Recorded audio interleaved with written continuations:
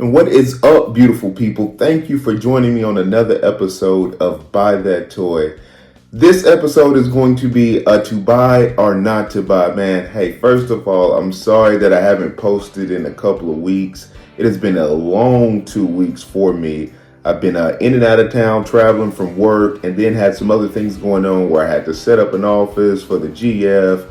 She just acquired new space through her business. I had to make sure she was good. So she's been a lot going on.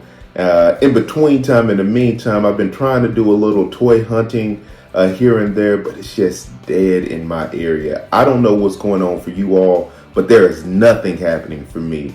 None of the new TMNT stuff is out. No new legends. I see people are getting different waves of stuff. Like, there's just not anything in my area. I've seen a couple of videos where individuals are showing their Rosses and there are toys popping up at Ross all of a sudden. Nothing at my Ross. I've gone into stores, I feel like once every couple of weeks or so, and I'm like, maybe I'll record, maybe not. But there's nothing to record. I feel like just having a camera out, recording the same thing over and reiterating, nothing's new in my area, nothing's new in my area. To me, that's boring content. So I don't want to do that. So anyway, figured we'd do an episode of to buy or not to buy. And man, I want to take a dive into the Spider-Verse. While I haven't found a lot of new stuff, I did find two things rather recently, I guess in the last month or so. And I would like to, just kind of talk about those things. I think for me as a collector, one of the things I'm starting to realize is that when you're out hunting for toys, you're always looking for the next thing. What's the next hunt, right?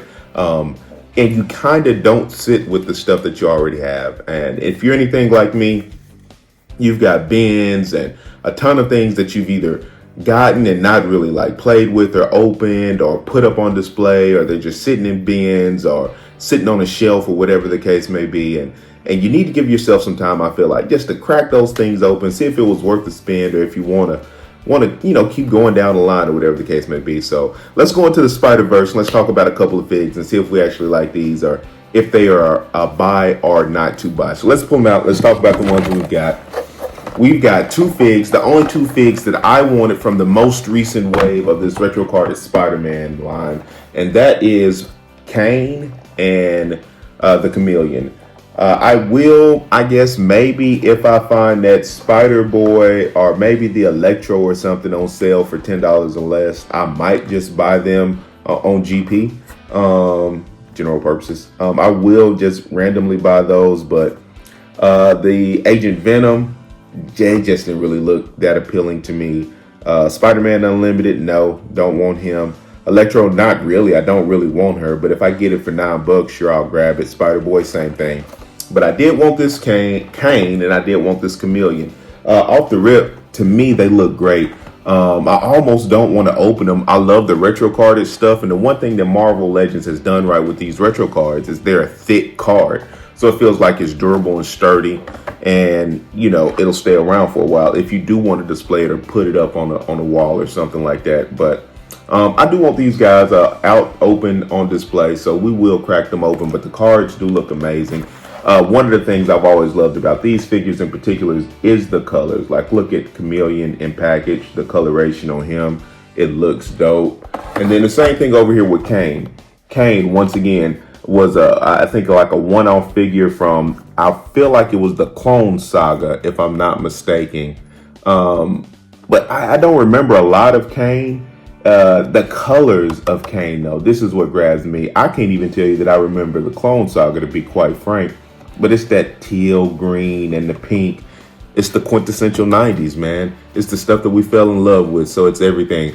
To be quite frank with you, I don't even know what Kane's powers are, but I knew I wanted this figure because it looked dope.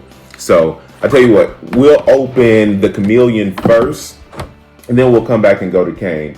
Now, one of the things I can tell you off the rip as I'm looking at both of these guys is I feel like they're on a similar body mold, or it's the same body book, if you will. I don't really recall what body started what or who's doing what from a body standpoint or all of that stuff, or this was I've heard people say this is the original Vulcan body, or the torso from the No Way Home Spider-Man, whatever. I can't remember, and I'm not keeping up with that stuff. I've got enough going on in life to be trying to keep up with some body molds.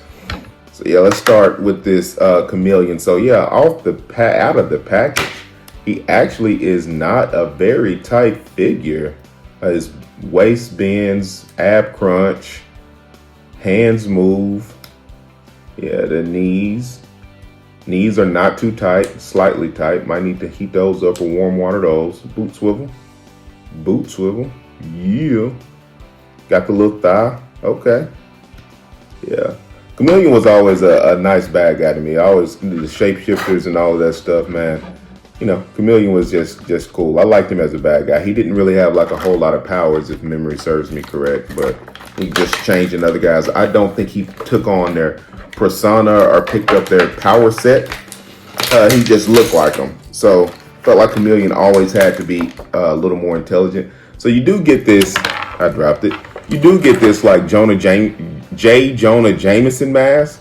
So it's almost like it's squished, like he just took it off. So that's pretty cool. I would have loved for him to come with some more heads.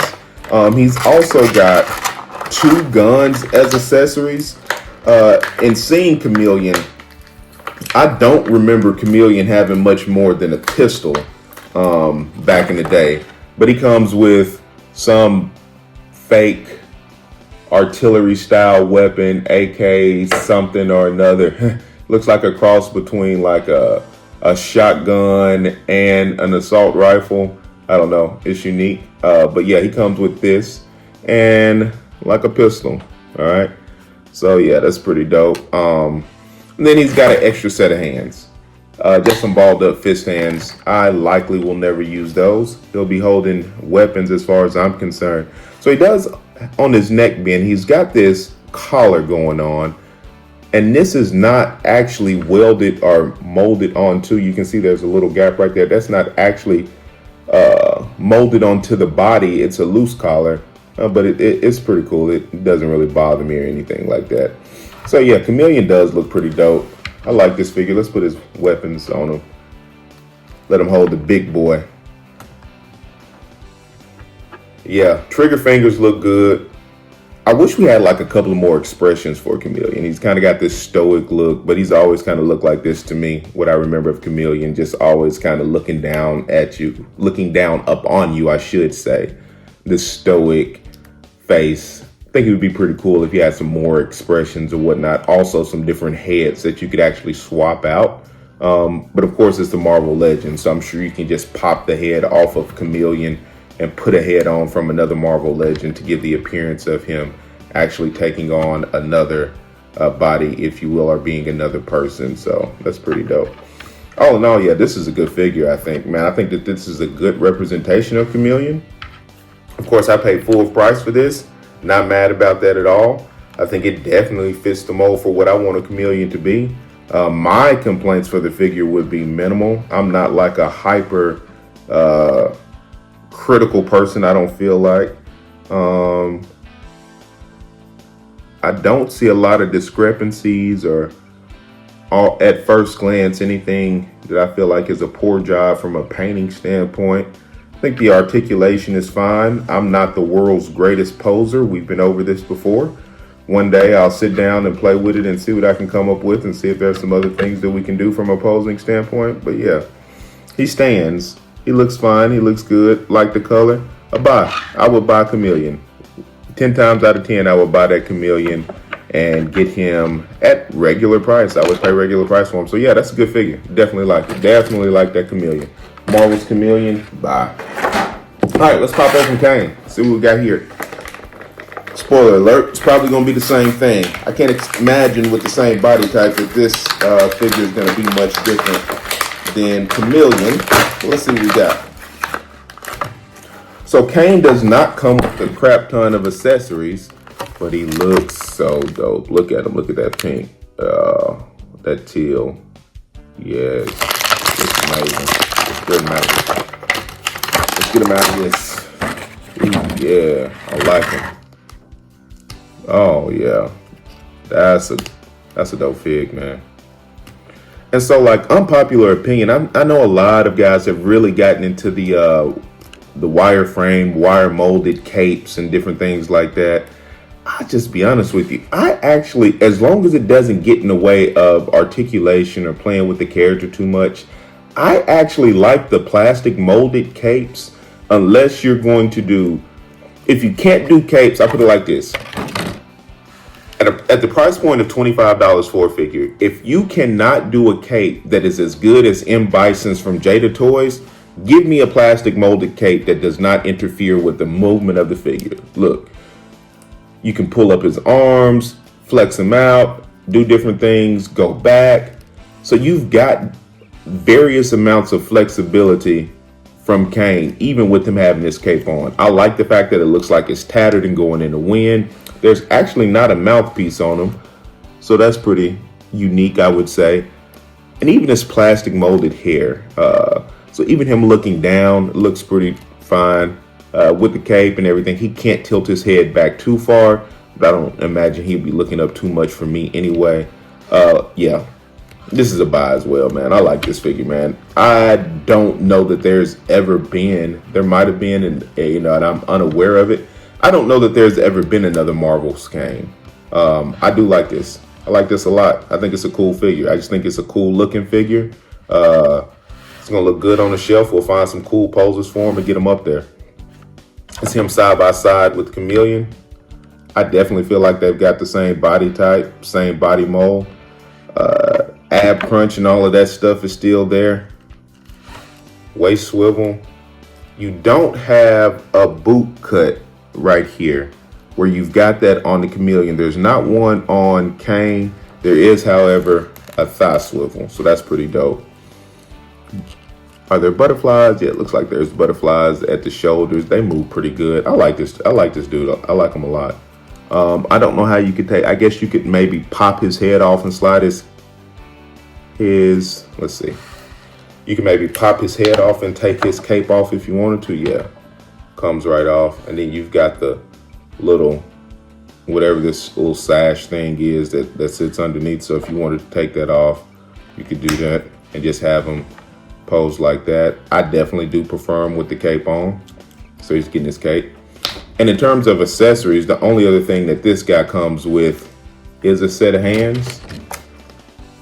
Like I said, I don't remember much about the storyline. Not even 100% sure what his particular power set was. Seeing that he doesn't have a mouth, I don't think that there's necessarily a need for different head sculpts, but I can tell you it would be cool to see like some power effects or something like that with him, or, just something to give you some variety in the figure or whatever. Again, don't know what his powers are or whatnot. Clone Saga, so heck, he might even be another Spider guy. But yeah, I like this figure. Both of these guys, right, for me, are buys. I like them. They're going to look good on the Spider-Man shelf. I would absolutely go out and get them. Paying full price for them, order them on Big Bad or anything. 100% buys for me. Like those figures a lot. So good job, Marvel Legends. Great job. If you want to keep them carded, you can even do that. I think they look great on the card. So I'll tell you what, guys, I am excited that I do have an order coming in from Big Bad pretty soon. So as soon as that gets here, we'll post another video about what's going on with Big Bad and what I got there. Yeah, hopefully real soon my stores will pick up and there'll be more going on, man. But for right now, until things pick up, I think this is what I'm gonna do. Talk about a little news, talk about some of the toys that I do have, and just go from there, man. Because like I said, man, you can't always be on the hunt for something new. Sometimes you just got to enjoy what you got. And I think we've all spent plenty of money on this particular hobby. So just enjoy what you got, man. Sit back and enjoy and just, kind of let it be enough. Hey, man, it's the day of March Madness starting. I hope that you guys have filled out your bracket. I don't know who you guys got picked to win the tournament. I think I've done 3 or 4 brackets. I keep defaulting to Auburn and Florida to win. I'm curious, who do you guys have winning? I think that Duke has a legitimate shot too. I've got them going pretty deep, especially if Cooper Flag is playing. That dude is legit. He's one of the few college players that I can actually recall. It's hard for me to keep up with these guys now because of NIL, but March Madness is always crazy. But Florida and Auburn, and even Duke. I have got going pretty deep in all of my brackets, man. It's crazy to me this year because SEC basketball is just as dope as SEC football. And I can't recall the last time that SEC basketball was just as good as SEC football. I don't know, like the conference top to bottom, you've got like A&M, Texas A&M, which is an SEC now for those of you who didn't know. But you got like Texas A&M, Ole Miss, Arkansas, Auburn, Tennessee, Kentucky. I think Mississippi State, if I'm not mistaken. I might be wrong about Mississippi State. Alabama, like all of these schools are legit schools and they're in a tournament. So we're going to see what's going to happen. But anyway, I know this is not a bracketology show, but man, just fill out a bracket and have some fun. Watch a little March Madness, man. But anyway, man, let me know who you think is going to win the tournament. Tell me what you think about these figs. Are they buys or not buys for you? If you picked them up, let me know. And tell me how the store is looking in your area, man. Until next time, man, I thank you for joining me for this episode of To Buy or Not to Buy. Until next time, guys, peace.